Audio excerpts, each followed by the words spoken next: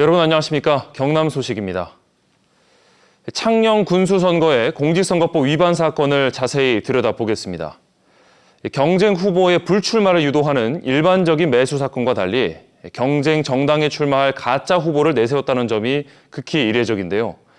당시 더불어민주당은 입당한 지 20일도 안 된 당원을 창녕 군수 후보로 공천했는데 어떻게 이런 일이 가능했는지 김소영 기자가 취재했습니다. 창녕의 한 공장입니다. 6일 지방선거를 석 달 앞둔 지난해 3월 말쯤 사업가 A씨와 행정사 B씨 등 4명이 이 공장 사무실에 모였습니다. 검찰은 이날 모임을 계기로 행정사 B씨의 창녕군수 선거 출마 계획이 구체화됐다고 보고 있습니다. 실제 모임 이후인 지난해 4월 초쯤 행정사 B씨는 더불어민주당에 입당 원서를 냅니다. 민주당 당적을 갖게 된 행정사 B씨가 창녕군수 후보로 공천을 받은 건 같은 달 말쯤, 입당한 지 20일도 채 안 된 시점이었습니다. 민주당 당규에는 입당 6개월이 지나야 공직선거 후보 자격이 주어진다고 돼 있습니다. 민주당은 당의 요구로 입당한 자라는 예외 규정을 적용해 B씨를 공천했습니다. 민주당은 공천 당시 B씨가 국민의힘 당적을 갖고 있다는 사실도 심사 과정에서 걸러내지 못했습니다. 저쪽에서 이제 당원이 아니라고 하니까 몰랐던 거고요. 나중 돼서는 이제 자기 친구들이 그냥 이름만 넣은 것 같다 이런 식으로 해서. 행정사 B씨의 공천 배경에는 당시 민주당 군의원 후보들의 요구도 컸던 것으로 알려졌습니다. 군의원 후보는 선거운동원이 10명 미만에 불과하지만 단체장 후보는 50명 가까이 확보할 수 있기 때문입니다. 후보 한 명당 유세차 한 대를 확보할 수 있어 후보를 한 명이라도 더 내는 게 선거 과정에서 세를 불리는 데 유리하다고 판단한 겁니다. 정당 이념도 전혀 없는 사람, 검증되지 않는 사람을 후보로 내세운다는 게 마땅히 공당으로서 책임을 져야 될 부분이라고 생각을 합니다. 민주당 경남도당은 해명 자료를 통해 민주당을 이용하려고 접근한 인사를 검증할 시스템은 없다며 창녕군수 후보 매수 사건은 전략선거구의 인물란이 반영된 것이라고 말했습니다. KBS 뉴스 김소영입니다. 경남 마산 로봇랜드 파행의 책임이 행정당국에 있다는 법원의 판단은 항소심에서도 달라지지 않았습니다. 민간 사업자에게 1,600억 원을 지급하고 적자인 테마파크만 떠안게 된 건데요. 로봇랜드 사업 정상화에 험로가 예상됩니다. 손원혁 기자가 보도합니다. 항소심 법원도 경남 마산 로봇랜드 파행의 책임을 행정당국에 물은 민간 사업자의 손을 들어줬습니다. 경상남도와 창원시가 대법원 상고 없이 이번 항소심 판결을 수용할 경우 민간 사업자에게 지급해야 할 돈은 1,660억 원입니다.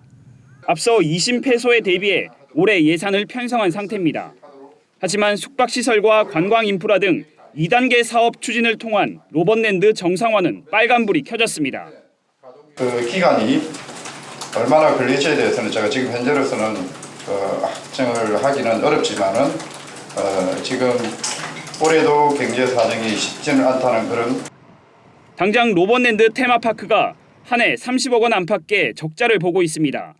손익분기점은 방문객 68만 명인데 지난해 방문객은 50만 명에 그쳤습니다. 대체 사업자를 구할 때까지 적자는 지방 재정의 몫이 됐습니다.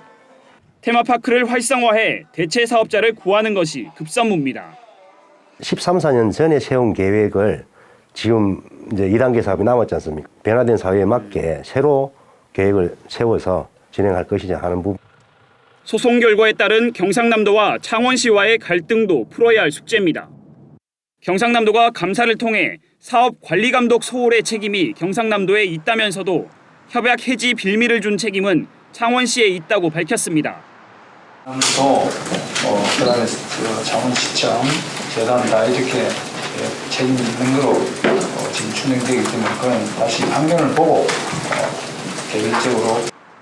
창원시는 반박 보도자료를 통해 경상남도와 로봇랜드 재단과 수차례 회의를 통해 행정이 이루어진 것이라며 감사 결과에 대해 이의를 제기할 계획이라고 말했습니다. 재정 부담을 줄이고 로봇랜드를 정상화하는 과정이 순탄치 않을 것이라는 우려가 나오고 있습니다. KBS 뉴스 손원혁입니다. 합천군이 집중호우 때 무너져 내린 제방을 설계하는 과정에서 안전성 검토를 하지 않은 사실이 감사원 감사 결과 드러났습니다. 이미 수억 원의 예산을 들여 공사를 마쳤는데 또다시 제방 보강 공사를 해야 할 상황에 놓였습니다. 보도에 박기원 기자입니다. 2020년 8월 집중호우 때 무너진 제방입니다. 당시 낙동강의 강한 수위에 환강물이 합류하지 못해 역류했고 부실했던 제방이 무너져 내린 겁니다. 합천군은 2021년 예산 8억 원을 투입해 길이 120여 미터, 높이 8.6m의 제방을 다시 쌓고 배수장도 만들었습니다. 공사 설계 내가 잘 했다고 봤는데도 항상 불안하지. 제방이 터져가고 우리 마음을 또 고통을 줄까 겁이 나고. 이 제방은 복구 공사를 끝낸 지 2년이 채 되지 않았는데 또 예산을 들여서 추가로 보강 공사를 해야 할 상황에 놓였습니다. 제방 설계 당시 합천군이 제시한 과업 지시서입니다.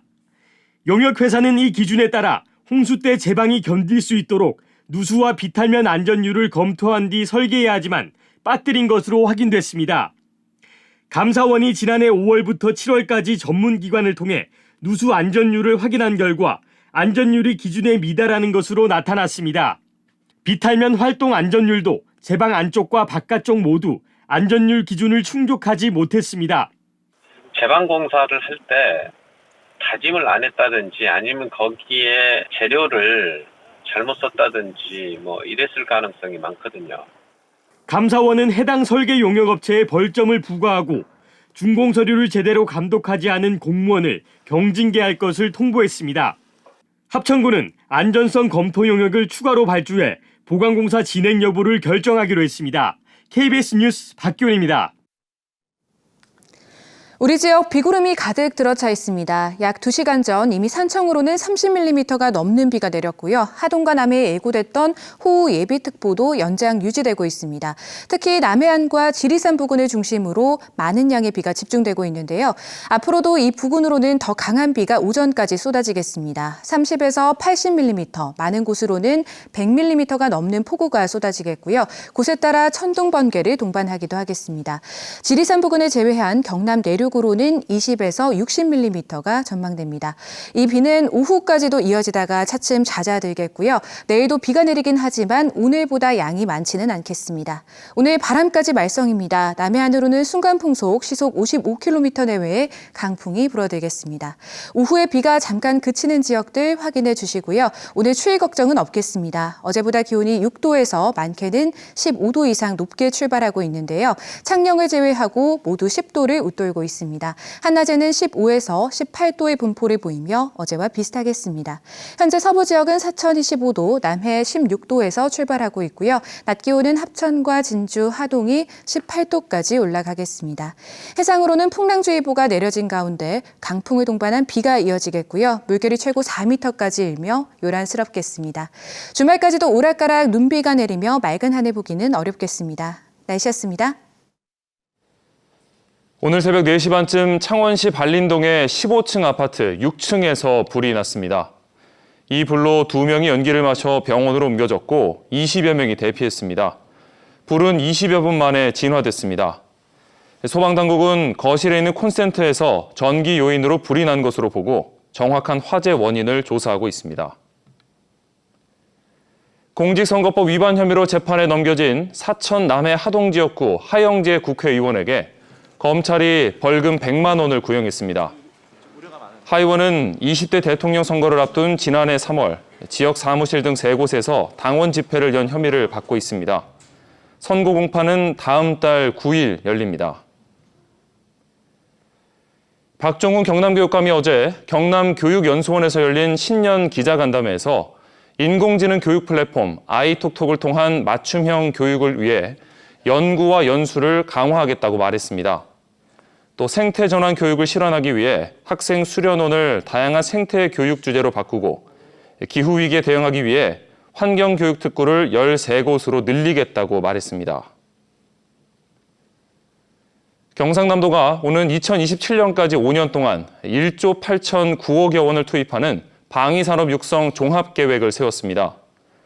주요 내용은 방위산업 국가산업단지 조성과 부품 국산화율 높이기, 또 연구원 설립 등입니다. 지금까지 경남 소식 전해드렸습니다.